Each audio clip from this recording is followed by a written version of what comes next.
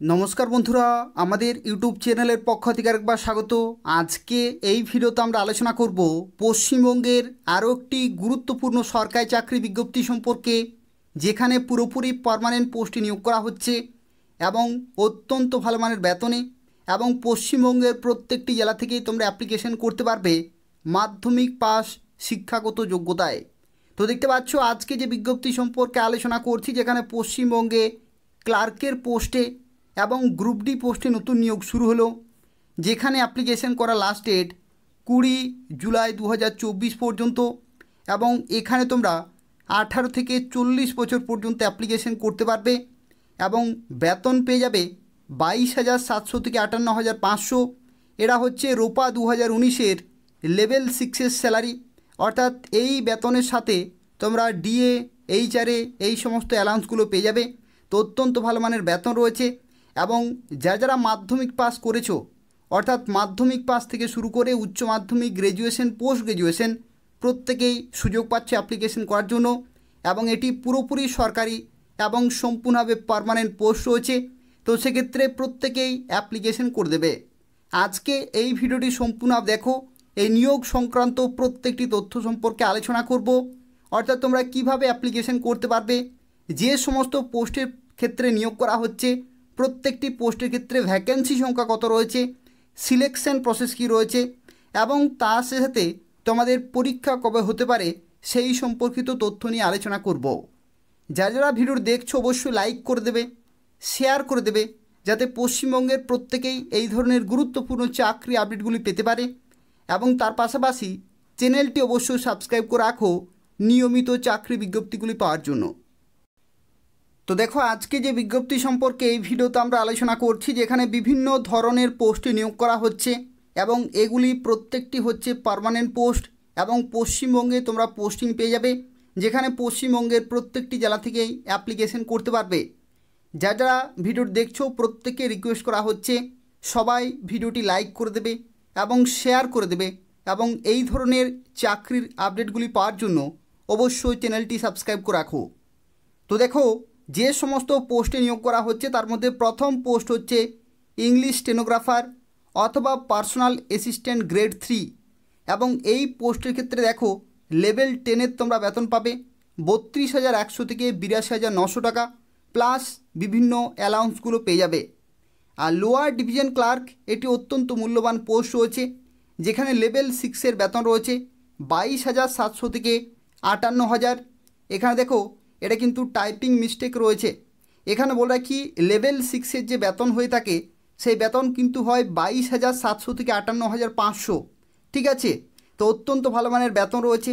এবং পরবর্তী দেখো প্রসেস সার্ভার বা সামন বেলিফ, এই পোস্টের ক্ষেত্রে তোমরা বেতন পাবে লেভেল 5-এর, যেখানে 21,000 থেকে 54,000 প্লাস ডিএ, এইচআরএ এই সমস্ত বিভিন্ন অ্যালাউন্সগুলো তোমরা এই সমস্ত প্রত্যেকটি পোস্টের ক্ষেত্রে পেয়ে যাবে। তো সেক্ষেত্রে খুব ভালো মানের বেতন রয়েছে, এবং এখানে যারা অ্যাপ্লিকেশন করবে মাধ্যমিক পাস শিক্ষাগত যোগ্যতা থেকেই অ্যাপ্লিকেশন করতে পারবে। তো দেখো এরপর আমরা আলোচনা করব বয়সের লিমিট সম্পর্কে, অর্থাৎ তোমরা কত বছর পর্যন্ত অ্যাপ্লিকেশন করতে পারবে। তো দেখো এখানে কমপক্ষে 18 বছর তোমাদের হতেই হবে, এবং সর্বোচ্চ তোমরা 40 বছর পর্যন্ত অ্যাপ্লিকেশন করতে পারবে জেনারেল ক্যাটাগরিতে। আর এই বয়স ক্যালকুলেট করা হবে 1 জানুয়ারি 2024 ডেট অনুযায়ী। আর যদি তুমি এসসি এসটি হয়ে থাকো তাহলে 5 বছরের ছাড়, আর যদি তুমি ওবিসি হয়ে থাকো তাহলে কিন্তু এখানে 3 বছরের ছাড় পেয়ে যাবে। এবং এক্স সার্ভিসম্যানদের ক্ষেত্রেও কিন্তু সরকারিভাবে বয়সের ছাড় রয়েছে।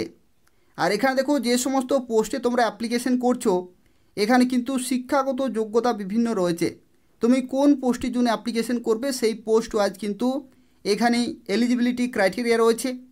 এবং যদি তুমি প্রথম পোস্টের জন্য অ্যাপ্লিকেশন করো ইংলিশ স্টেনোগ্রাফার অথবা পার্সোনাল অ্যাসিস্ট্যান্ট গ্রেড 3, এই পোস্টের ক্ষেত্রে তোমাদের মাধ্যমিক পাস থাকতে হচ্ছে, এবং তার সাথে সাথে দেখো এখানে বলা হচ্ছে at least A certificate in computer training, অর্থাৎ কম্পিউটার ট্রেনিংয়ে কিন্তু সার্টিফিকেট থাকতে হবে, এবং শর্ট হ্যান্ডে তোমাদের স্পিড থাকতে হবে 80 ওয়ার্ড পার মিনিট, এবং টাইপিং স্পিড থাকতে হচ্ছে 30 ওয়ার্ড পার মিনিট, এবং এটা কিন্তু 10 মিনিটে মেনটেন করতে হবে।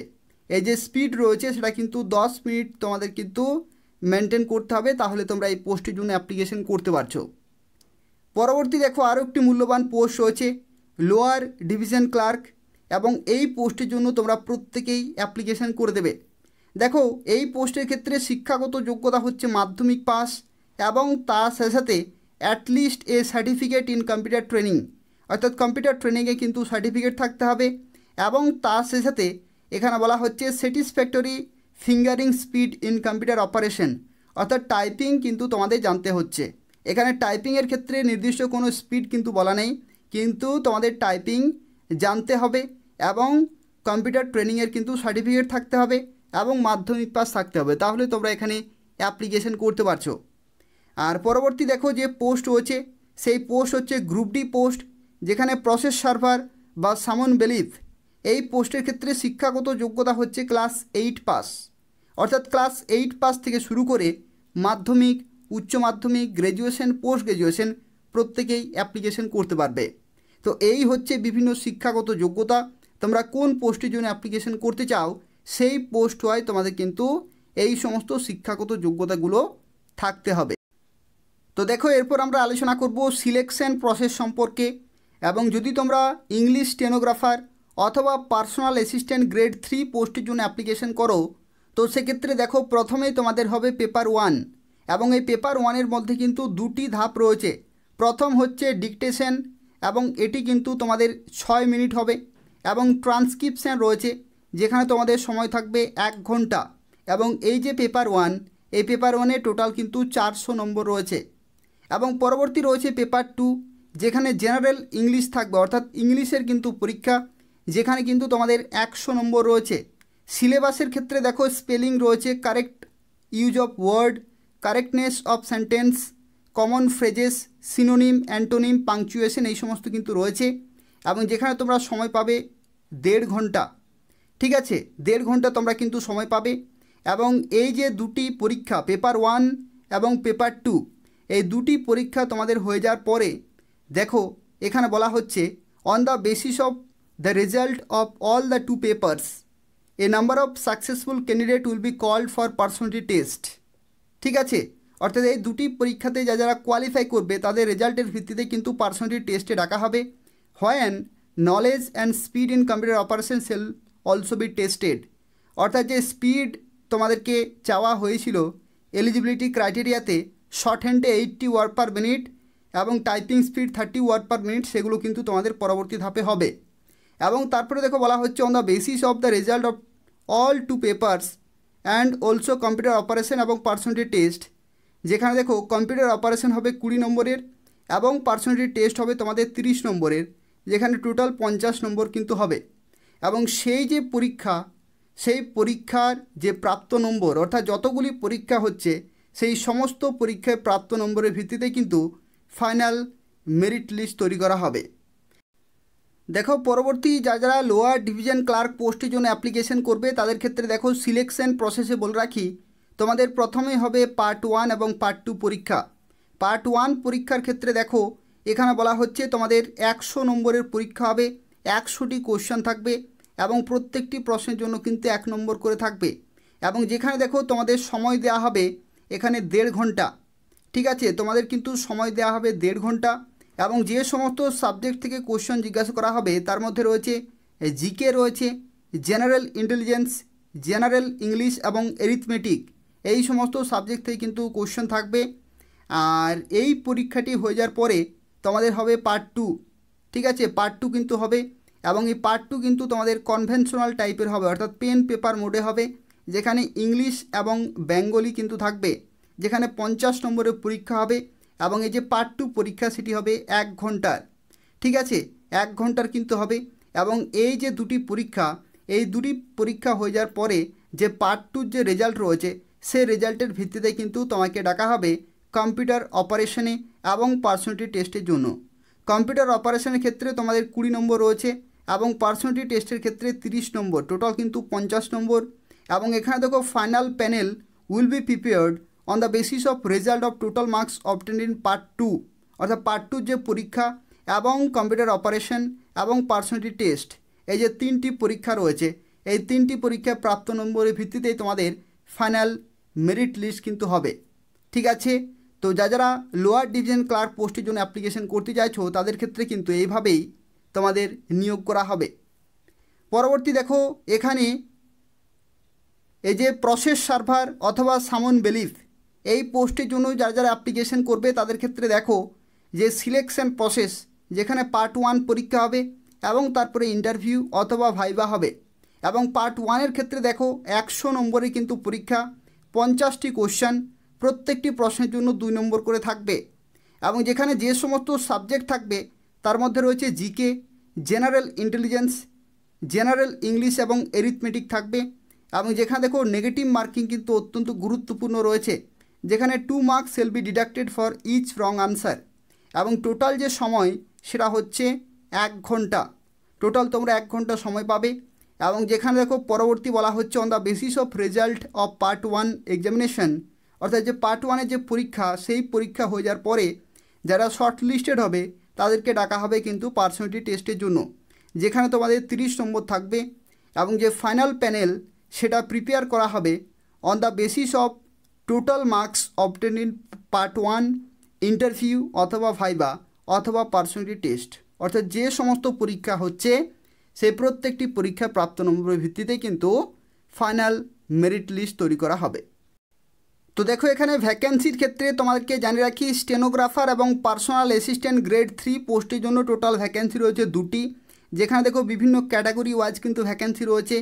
এলডিসি পোস্টের ক্ষেত্রে টোটাল 18টি ভ্যাকেন্সি রয়েছে এবং বিভিন্ন ক্যাটাগরি ওয়াইজ কিন্তু ভ্যাকেন্সিগুলো এখানে ডিভাইড করা হয়েছে, তোমরা কোন ক্যাটাগরিতে অ্যাপ্লিকেশন করবে সেই অনুযায়ী। এবং এখানে দেখো প্রসেস সার্ভার এবং সামন বেলিফ, এখানে কেবলমাত্র ছেলেরাই অ্যাপ্লিকেশন করতে পারবে, যেখানে টোটাল ভ্যাকেন্সি রয়েছে 5টি।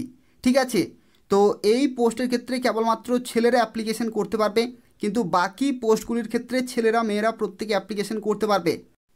দেখো এখানে অ্যাপ্লিকেশন ফি এর ক্ষেত্রে তোমাদেরকে জানিয়ে রাখি, ইংলিশ স্টেনোগ্রাফার পোস্টের ক্ষেত্রে জেনারেল এবং ওবিসি 700 টাকা পেমেন্ট করতে হবে, এসসি এসটি ক্যাটাগরিতে 500 টাকা পেমেন্ট করতে হবে। এলডিসি পোস্টের ক্ষেত্রে জেনারেল ওবিসি 600 টাকা এবং এসসি এসটি 400 টাকা পেমেন্ট করতে হবে। আর প্রসেস সার্ভার সামন বেলিফ পোস্টের ক্ষেত্রে জেনারেল ওবিসি 500 টাকা আর এসসি এসটি 300 টাকা পেমেন্ট করতে হবে। অফ দ্য ডিস্ট্রিক্ট জাজ অফ পূর্ব বর্ধমান ইংলিশ ডিপার্টমেন্টের তরফ থেকে বিজ্ঞপ্তি জারি হয়েছে, যেখানে এই সমস্ত মূল্যবান পোস্টে নিয়োগ করা হচ্ছে এবং পশ্চিমবঙ্গের প্রত্যেকটি জেলা থেকে তোমরা অ্যাপ্লিকেশন করতে পারবে। এবং এটা হচ্ছে এদের অফিসিয়াল ওয়েবসাইট, এই ওয়েবসাইটে তোমরা এই নিয়োগ সংক্রান্ত প্রত্যেকটি তথ্য পেয়ে যাবে। এবং তার সাথে সাথে এখানে আরও একটি তথ্য জানিয়ে রাখি, তোমরা এখানে কিভাবে অ্যাপ্লিকেশন করতে পারবে। তো অ্যাপ্লিকেশন করার যে প্রসেস রয়েছে সেটা হচ্ছে তোমাদেরকে কিন্তু অফলাইনে অ্যাপ্লিকেশন করতে হবে। ঠিক আছে, অফলাইনে অ্যাপ্লিকেশন করতে হবে।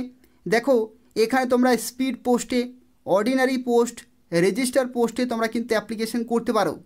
ঠিক আছে, এবং এই যে লোকেশন রয়েছে দ্য ডিস্ট্রিক্ট জাজ cum district recruitment committee of Purba Bardhaman judgeship court compound Bardhaman Purba Bardhaman 713101, এই যে লোকেশন রয়েছে এই লোকেশনে তোমাকে কিন্তু পাঠাতে হবে। এবং এখানে দেখো পরবর্তী বলা হচ্ছে the application may also be dropped at the respective container অথবা বক্স, অর্থাৎ তোমরা যদি চাও সরাসরি সেই লোকেশনে গিয়েও কিন্তু জমা দিয়ে আসতে পারো। অর্থাৎ তোমরা চাইলে speed post, courier, register post তোমরা কিন্তু করতে পারো, অথবা এই লোকেশনে একটি ড্রপ বক্স রয়েছে বা কন্টেনার রয়েছে সেখানেও কিন্তু তোমরা জমা দিয়ে আসতে পারো। এবং এখানে দেখো অ্যাপ্লিকেশন করতে হলে এখানে দেখো অ্যাপ্লিকেশন ফর্ম রয়েছে। ঠিক আছে, অ্যাপ্লিকেশন ফর্ম রয়েছে, এই ফর্মের যে পিডিএফ রয়েছে সেটা তোমরা ডেসক্রিপশান বক্সে পেয়ে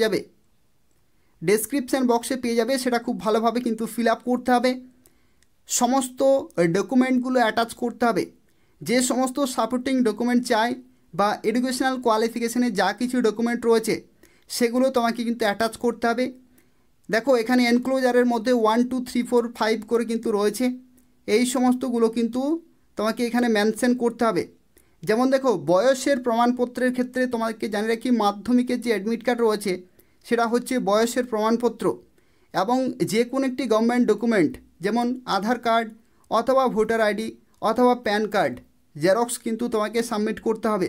তার সাথে সাথে তুমি কোন ক্যাটাগরি সেই কাস্ট সার্টিফিকেট কিন্তু সাবমিট করতে হচ্ছে জেরক্সের আকারে, প্লাস তোমাদের যে এসেনশিয়াল এডুকেশনাল কোয়ালিফিকেশান চেয়েছে সেই সমস্ত প্রত্যেকটি ডকুমেন্ট, মার্কশিট থেকে শুরু করে সার্টিফিকেট, অ্যাডমিট কার্ড, এগুলো জেরক্স কিন্তু তোমাকে পাঠাতে হবে।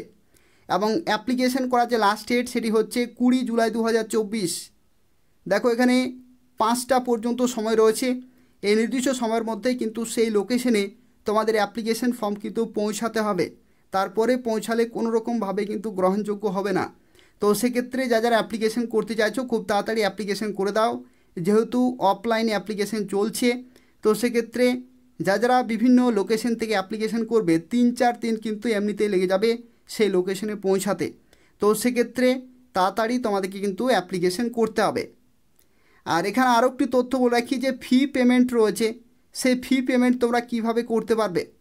তো দেখো এখানে বলা হচ্ছে by bank draft issued by any nationalised bank, অর্থাৎ এখানে কিন্তু ডিমান্ড ড্রাফট করতে হবে।